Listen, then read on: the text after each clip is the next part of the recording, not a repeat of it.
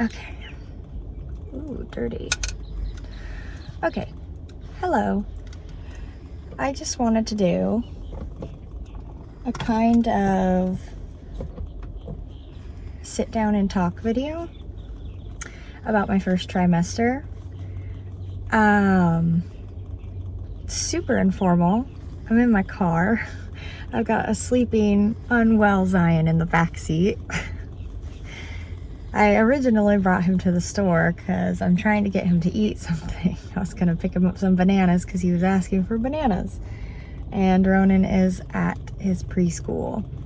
But this is gonna be really just informal, but I wanted to do a little something on it because this pregnancy has been vastly different than with Ronan or Zion this time around. And this will be fun to look back on to see how different it was. Not that I think I could forget some of the things that have happened, but okay. This first trimester with this baby, this, let me start by saying, has been the hardest pregnancy that I have had. I'm not claiming that I have like the hardest pregnancies. I know a lot of women who have way more difficult pregnancies than I have, but also I know women that have it way easier. But for me personally, I've had 3 pregnancies now, this being my 3rd. This one has been the hardest one so far, and it's been so different. For starters, I am considered high risk for a few things.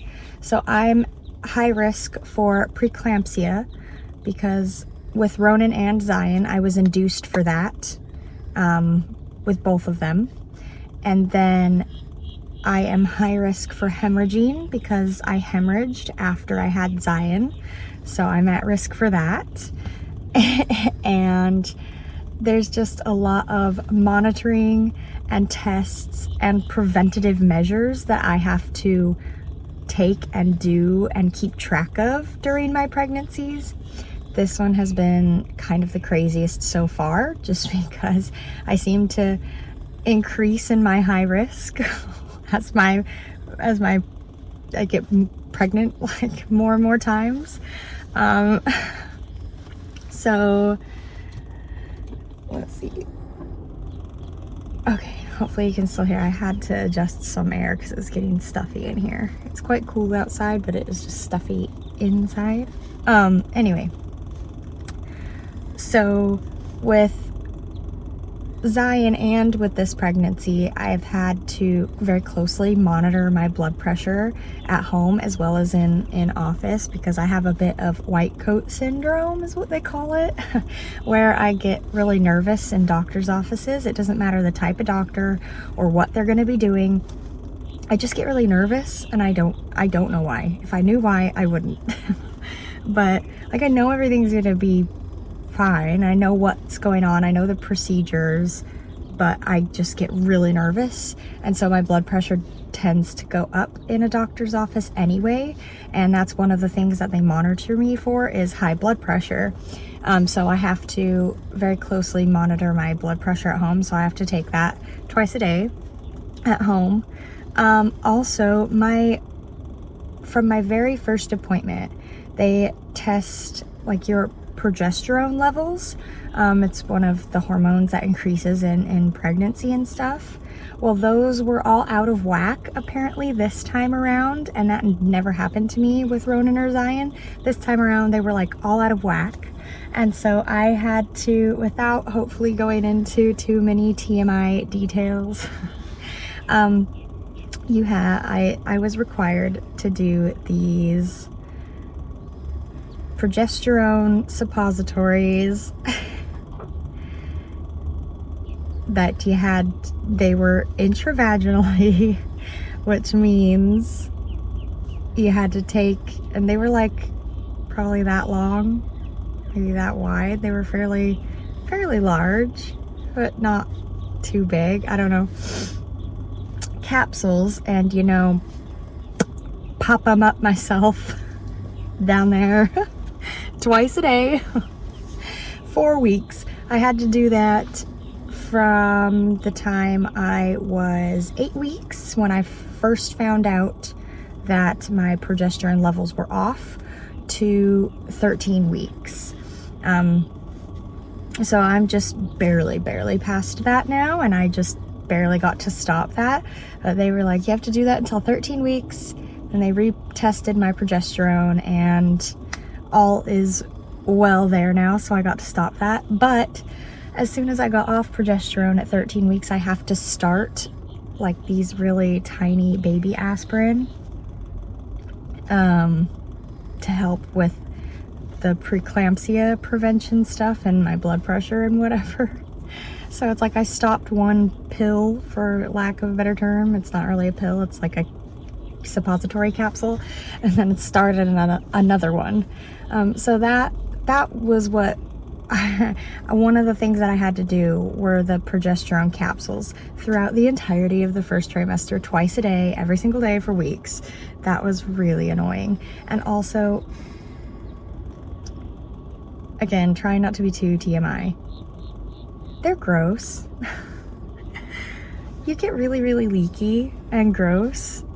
They basically, your body uses whatever it needs and then just expels the rest. Expels the rest, and it's gross.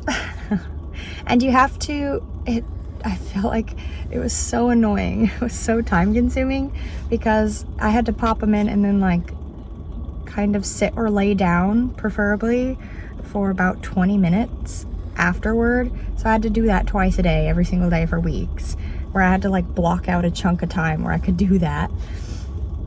So that was like the entirety of my first trimester. Also, something new with this trimester was I had an insane amount of nausea. With both boys, I sort of experienced kind of like food aversions and stuff, but I never had like a general nausea. I never came close to vomiting ever. Hello from editing me. I was just editing this part, and something that I realized I forgot to add in is that with the last boys, yes, I did not get close to vomiting at all. I never felt in danger of vomiting or getting that level of nausea at all. However, I came so close so many times over the course of this pregnancy's first trimester. I am genuinely shocked that I never puked. Like, genuinely shocked. I kept telling Kyle, like, I'm going to throw up. I'm going to throw up. This is the time I'm going to throw up. And then every time I would tell him, I'd be like, I don't know how I didn't. I don't know how I didn't throw up just now. Like, I came so close to vomiting so many times. Anyway, onward. There were quite a lot of foods that I couldn't eat. I actually lost weight in my first trimester with both boys. I lost a lot of weight in this trimester, and the first trimester with this baby too, but I definitely lost the most weight with this baby, just because of how little I was able to eat. But with the boys, I was able to eat stuff, just other things wouldn't sit right with me. The difference with this one is I just have a general nausea all the time, whether it be for food or just random smells or anything. I would just wake up and feel really nauseous all of the time. And it didn't even, like, my level of nausea wasn't even a food aversion type thing, because it could be for a food that didn't even smell bad to me. It even sounded good, and I just couldn't eat it because I just felt so sick all of the time. And I just struggled to eat. I'm finally now getting to a place where I can eat a bit more. And now I feel like super hungry, because I feel like my body's playing catch up or something from the first trimester, when I couldn't eat anything at all. So now I want to consume everything, but it's like I finally reached a point where I can't eat, where I couldn't eat just anything. It was really annoying because it's like most things smelled bad, but even things that smelled good, I would get like very, very, very small portions of it because there was only so much that I could eat before I started to feel really, really sick. Like, for example, my mom and we were getting a hot chocolate, and it was just a small hot chocolate, and she asked me what I wanted to eat after that, and I was like, I'll probably be good with the hot chocolate if I even finish the hot chocolate. And she's like, that hot chocolate is not gonna be enough for you to eat. And I was like, this is gonna fill me up more than enough. She did not believe me that this hot chocolate would fill me up, but it did. I just reached a point where I couldn't eat anymore. I didn't even finish that hot chocolate. It was probably like a hot chocolate like that big. And I finished just over half of it, and I couldn't finish the rest. But that type of stuff happened a lot over the first trimester. Like, I just couldn't eat anything, and I swear I woke up feeling sick and I went to bed feeling sick. I just felt sick all of the time, and it was almost like nothing that I ate or took or did to try and prevent myself from feeling sick helped. Like, it was so bad just all of the time.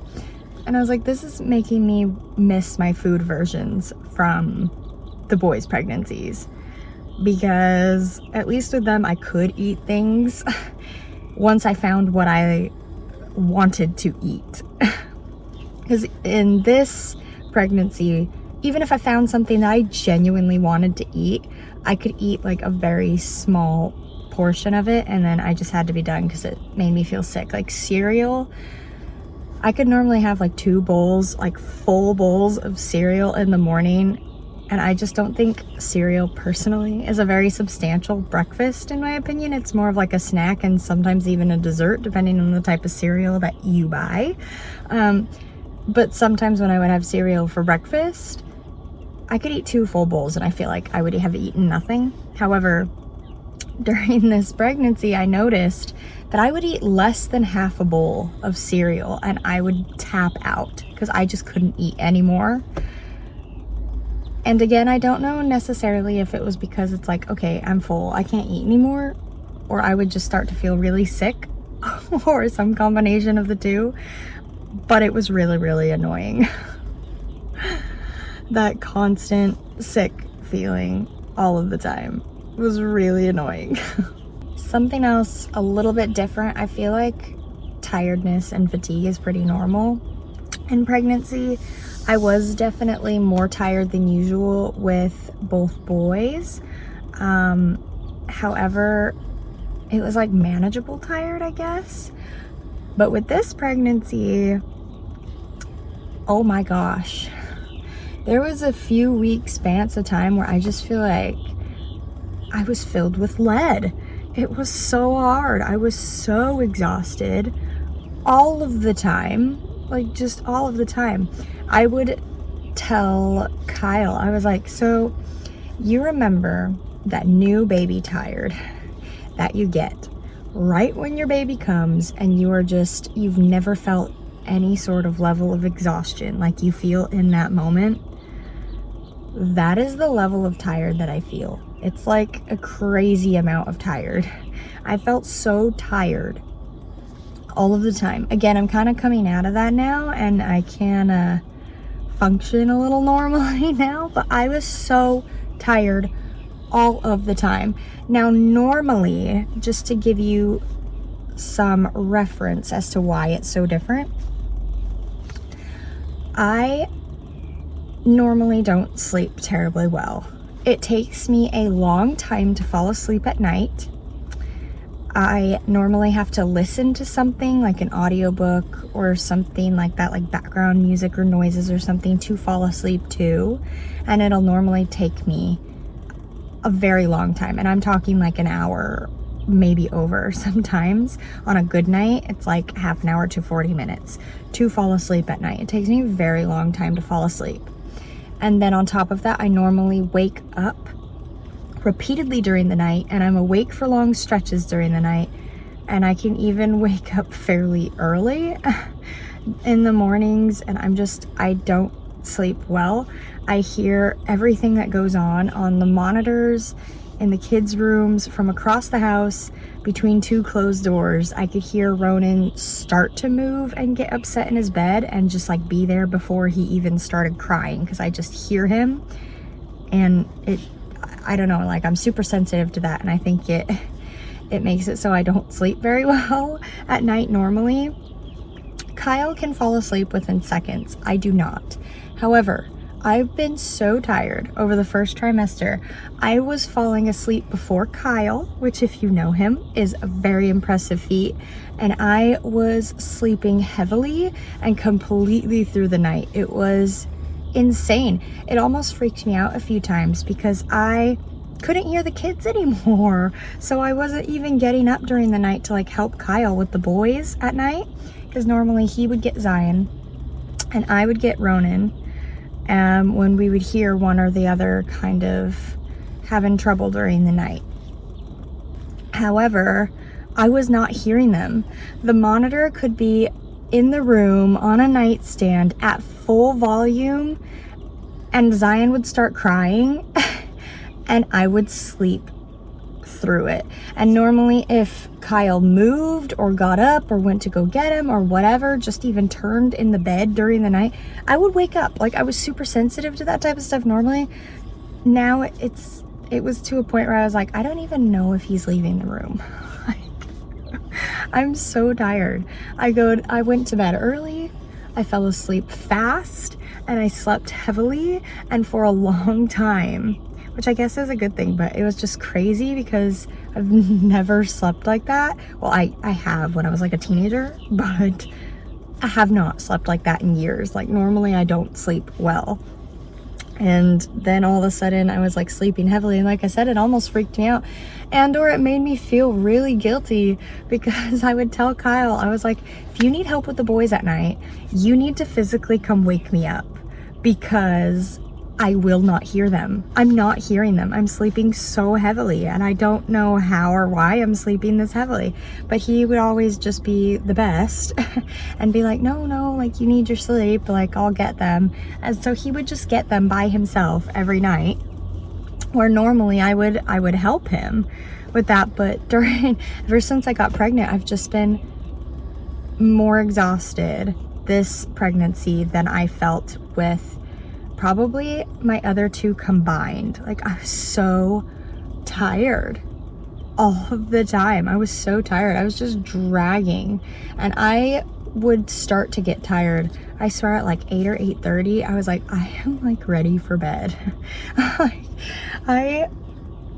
I'm finally coming out of that, like I mentioned a little bit earlier, where I can now function a bit better with my exhaustion. But at first I was just like, I feel like that level of exhausted when you're like in the hospital and just gave birth and you have this new baby and you are just so tired. It felt like that, but perpetually, just all of the time, never endingly. And that has been very different. It was weird. And at first I was like, I should be grateful because I'm actually getting better sleep now that I'm pregnant than when I wasn't. So I guess it was like a good symptom. But I got to a point, like I said, where I was like, it was kind of freaking me out how well I was sleeping, like how heavily I was sleeping. And it was also making me feel really guilty because Kyle was getting the boys like completely by himself and I was just sleeping. But that was the thing, like I wouldn't hear him. I wouldn't hear the kids. I wouldn't hear Kyle get up. I just wouldn't hear it. I was just sleeping right through. Just sleeping right through. So that was very different from both boys. So we'll see. I highly doubt that trend will continue through the other 2 trimesters, but because I'm already starting to come out of that one as well. Most of these symptoms, I'm kind of glad that they're leaving me though. That one, I'll feel less guilty about, I guess. But that one I'm gonna be a little sad to see go. I was sleeping so well. I mean, I won't be sad to see my exhaustion during the day go, because I was really dragging during the days too. But if I could keep high energy during the day and still sleep well at night, I'm all about that. However, I seem to be kind of getting back to a place where I functioned as I did before in the sleep department. But at first it was insane. Like, I've never slept like that, and that really threw me. I'm trying to think of if I've missed, if there's anything like consequential that I've missed. Those are like the main things that have been happening.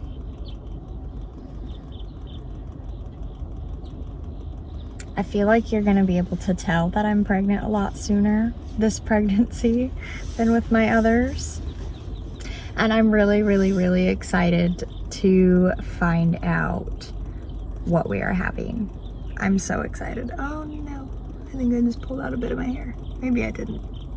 I don't know. Yeah, I'm really, really excited. I just want to know. I'm really impatient, and I want to know with all of mine too.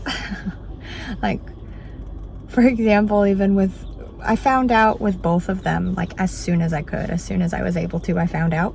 With Ronan, it was funny. I was able to do that blood test, that the genetic testing, that in addition to all the genetic stuff they test for, they can tell you the gender that you're having.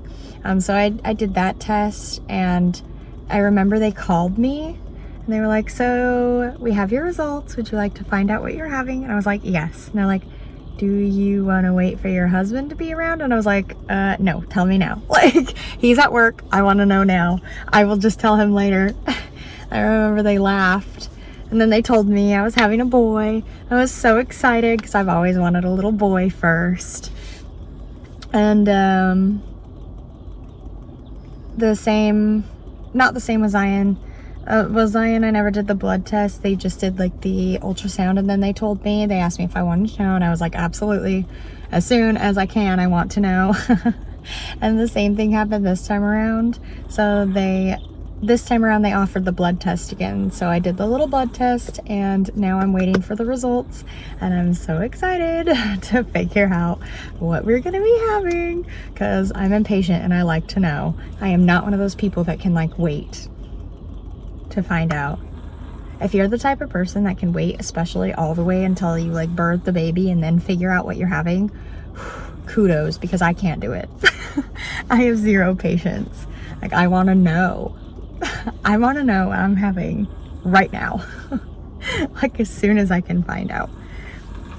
You can probably hear poor Zion snoring in the backseat. It's because he's so congested. I feel so bad for him. I don't know what to do for the poor baby. Poor little bud. He's so sweet. Yeah, so those were the like main things that have been happening in the first trimester. So we'll see how the rest of the pregnancy progresses. However, baby is strong and healthy and looking good. So everything is going well with myself. I just have a lot of procedures and protocols to follow. And yeah, baby's looking great. So we're very excited. Very excited. And yeah, I guess that will be it. I can't think of anything else that I am missing that I want to add in, because those were all the main things. So, hope you enjoyed, and see you next time. Bye!